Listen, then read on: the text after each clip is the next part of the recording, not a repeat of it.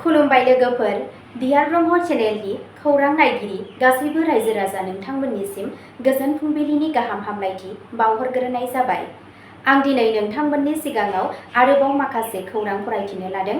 आसा खालामो नोंथांमोनहा खौरांखौ खोनासंनानै मोजां मोनगोन आरो बेजों लोगोसेनो नोंथांमोनहा सानफ्रोमबो फुंबिलि आरो बेलासि समाव गोदान खौरांनि आपडेट मोननो थाखाय चेनेलखौ साबस्क्राइब खालामनानै लादो आरो खौरांखौ खोनासंनानै मोजां मोनोब्ला अन्नानै लाइक, शेयार आरो कमेन्टबो खालामनानै होलांब्लानो जाबाय।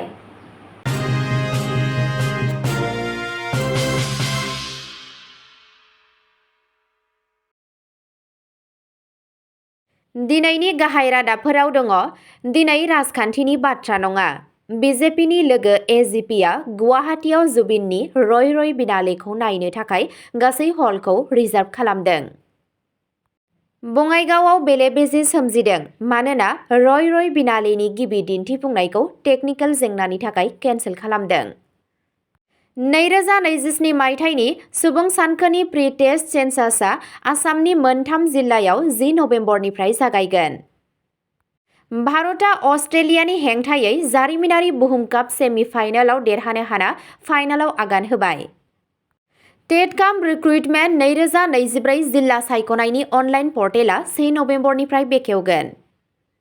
हाग्रानि मैदेरजों गाग्लोबजाना सासे बर' सुबुंनि जिउ खहा। नेशनेल इउनिटि डे गाहाय मन्थ्रिया गुजरातनि इउनिटि सिटिनिफ्राय हादोरखौ दैदेनदों। दानिया फैदो आबुं रादाबाव। गिबि खौराङावनो दङ। दिनै राजखान्थिनि बाथ्रा नङा। बिजेपिनि लोगो एजिपिआ गुवाहाटीआव जुबिननि रय बिनालेखौ नायनो थाखाय गासै हलखौ रिजार्भ खालामदों।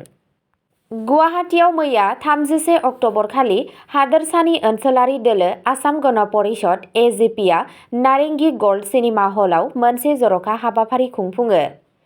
हारिमुआरि आइकन जुबिन गार्गनि जोबथा सावथुन रय बिनालेनि फुंनि 11 रिंगायाव दिन्थिफुंनायनि थाखाय दोलोआ 218 मासि बुक खालामनायनि खौरां मोन्नाय जादों। मन्थ्रि, एमएलए आरो दोलोनि मावथिफोरा राजखान्थिखौ आलादायै दोननानै ज' जादोंमोन। दिनै राजखान्थिनि बाथ्रा नङा, दोलोनि सासे सोद्रोमाया बुङो। आसामनि गारां जुबिन दाखौ फालिनो थाखाय बयबो ज' जाबाय। सावथुन दिन्थिनाया मोनसे सावथुन हाबाफारिनि अनगायैबो बांसिनमोन।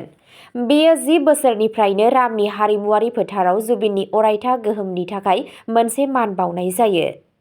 बेनि सिगां दै सम्पद बिफाननि मन्थ्रि पीयूष हाजरिका बिथाङा आसामनि सुबुंफोरखौ बे सावथुनखौ नायनो थाखाय खावलायो आरो जुबिन बिथांखौ थांनाय 30 बोसोराव ओनसोलनि हारिमुआरि बिथिङाव सासे गोख्रों गोहोम गोनां सुबुं होननानै बुङो। नैथि खौराङाव दङ। बङाइगावआव बेले-बेजे सोमजिदों मानोना रय बिनालेनि गिबि दिन्थिफुंनायखौ टेकनिकेल जेंनानि थाखाय केन्सेल खालामदों। रय बिनालेनि गिबि दिन्थिफुंनायखौ केन्सेल खालामनायनि उनाव बङाइगाव सिनेमायाव बेले-बेजे सोमजिदों। बङाइगावनि जली मेक्स सिनेमायाव जानो गोनां सावथुन रय बिनालेनि प्रिमियारखौ टेकनिकेल जेंनानि थाखाय केन्सेल खालामनाय जादों।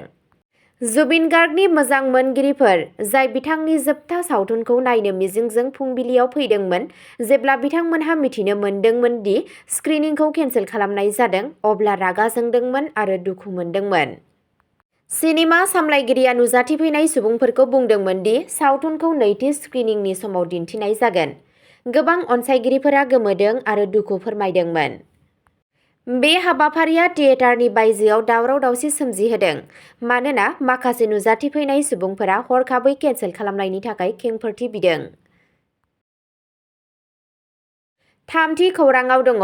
2027 मायथाइनि सुबुं सानखोनि प्रि-टेस्ट सेन्सासआ आसामनि मोनथाम जिल्लायाव 10 नबेम्बरनिफ्राय जागायगोन। मिरु सरकारा हादोरसा सरकारजों लोगो नांनानै फैगौ 2027 मायथाइनि सुबुं सानखो सेन्सास अफ इन्डियाखौ नबेम्बर दाननि 10 निफ्राय 30 नबेम्बरसिम आसामनि मोनथाम जिल्लायाव आनजाद नायगोन।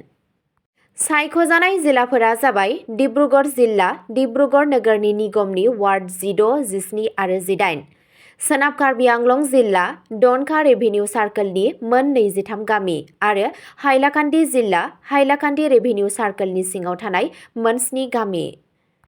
बेनि सिगां 1 नभेम्बरनिफ्राय 7 नभेम्बरसिम सायख'जानाय ओनसोलनि थागिबिफोरा मोनसे थि पर्टेलनि गेजेरजों गाव गावनि खारिथिखौ अनलाइननि गेजेरजों जमा होनानै गाव साननायनि आनजाद नायनायाव बाहागो लानो हागोन। बे सुबुं सानखोआ भारतनि गिबि आबुङै डिजिटेल सुबुं सानखोखौ सिनायथि होगोन, जेराव गासैबो डाटाफोरखौ रैखाथि गोनां डिजिटेल प्लेटफर्मफोरनि गेजेरजों बुथुमनाय, सोसननाय, फोरमान खालामनाय आरो नोजोर होनाय जागोन।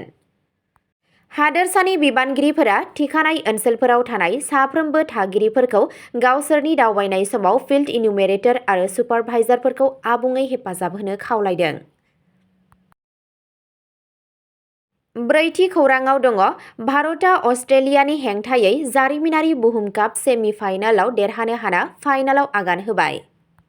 नवी मुम्बाइआव 2025 आईसीसी आइजो क्रिकेट बुहुम कापनि मोनसे गोसो बोथाव सेमि फाइनालनि समाव भारत आइजो क्रिकेट हानजाया सोलिफु चेम्पियन अस्ट्रेलियाखौ फेजेननानै रेकर्ड टोटलखौ होसोनानै जारिमिनारि देरहासारनो हायो।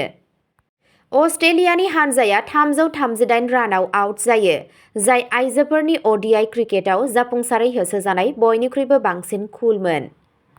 बे देरहानाया आइजोफोरनि सानसेयारि बुहुम कापआव अस्ट्रेलियानि 16 मेचनि फेजेननो हायै स्ट्रिकखौ फोजोबो आरो बेखौ आथोन सायख'आजासे अस्ट्रेलियानि हेंथायै भारतनि 50 अभारनि बुहुम काप देरहानाय महरै बाख्नायनाय जादों। बाथि खौराङाव दङ टेटकाम रिक्रुटमेन्ट 2024 जिल्ला सायख'नायनि अनलाइन पर्टेला 1 नभेम्बरनिफ्राय बेखेवगोन। The directorate of secondary education गेजेर सोलोंथाइ बिथोनगिरि आसामआ फोसावदों दि टेटकाम रिक्रुटमेन्ट 2024 नि थाखाय जिल्लानि प्रेफारेन्सखौ जमा होनो थाखाय अनलाइन पर्टेला 1 नभेम्बरनिफ्राय फुंनि 11 रिंगायाव बेखेवगोन। पोस्ट ग्रेजुएट फोरोंगिरि आरो ग्रेजुएट फोरोंगिरि मासिनि थाखाय रोंगौथि गोनां बिजाथिफोरा गावसोरनि आर'जलाइ नम्बर आरो पासवार्डखौ बाहायनानै माध्यमिक.assam.gov.in आव गावनि सायख'नायखौ गथायनो हागोन। बे पर्टेला 5 नभेम्बर खालि मोनाबिलिनि 5 रिंगासिम खुला थागोन। बिनायसाफोरा पस्टिंनि थाखाय गावसोरनि सायख'नाय बादियै जिल्लाफोरखौ सायख'नो हागोन। सोरखारा मेरिट आरो मोननो हानाय लांदां मासिफोरनि सायाव सोनारनानै जोबथा थिसननायनि थिरांथाखौ लागोन।